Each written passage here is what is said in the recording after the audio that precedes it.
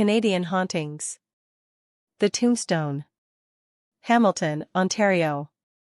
Mike Chino's demolition firm had nearly finished ripping apart the second floor of the old building they had been hired to raise in Hamilton in the fall of 1982. The work was progressing smoothly. Nothing untoward or terribly unusual had happened. The workers found the customary odds and ends and bric-a-brac in the place, but certainly nothing that would set back their timetable.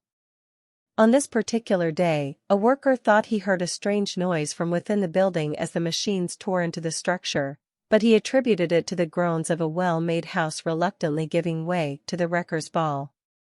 Then they found the tombstone. Discovered secreted in a wall of the second floor, the stone bore the chiseled words "Our Baby" at the top. Below, two names were still clearly discernible: Martha Louise, 1888, and Emma Grace, November 9, 1879. No one knew who the little children might have been, or why they died. Nor could Mike Chino guess why the stone was placed where it was found, other than the possibility that it might have been used to prop up the wall. The discovery, however, was critical for helping to solve an 11-year-old mystery, the possible cause of frightening visits from a ghost witnessed by two former residents. Norm Bellotti worked in the composing room of the Hamilton Spectator in the early 70s. He lived in the house with his wife Sherry. Their brush with the supernatural came quite unexpectedly, in the middle of the night, twice. The first time, Norm jerked awake when his wife screamed at the top of her lungs from the bed next to him. He blinked in the gloomy darkness until he was able to focus on what his wife saw: a human form wearing a long gown hovering above their bed. He couldn't see any face. He had no idea if it was male or female. Only that it was there. If she had only seen it herself, I would have thought she was crazy. Norm said in a Canadian press account of the incident. If it had only been me, I would have thought I was crazy, but both of us saw it. The figure vanished when Norm turned on the light. The second time they knew for certain neither was dreaming. Norm saw it first this night, and his cries awoke his wife.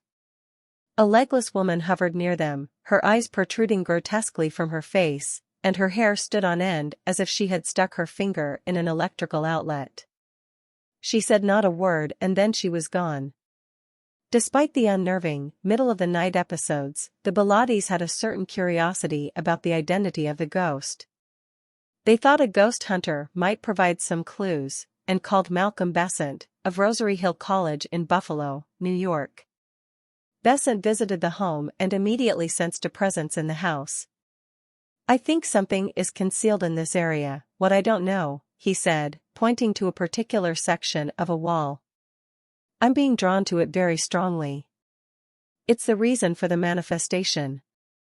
The Bellottis were never again visited by the mysterious woman and moved out of the house shortly thereafter.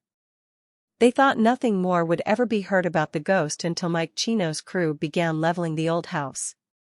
He wasn't surprised at finding the 19th-century tombstone. After all, he had once found a bomb in one place, but it was a bit odd that such a marker would be used to shore up a wall.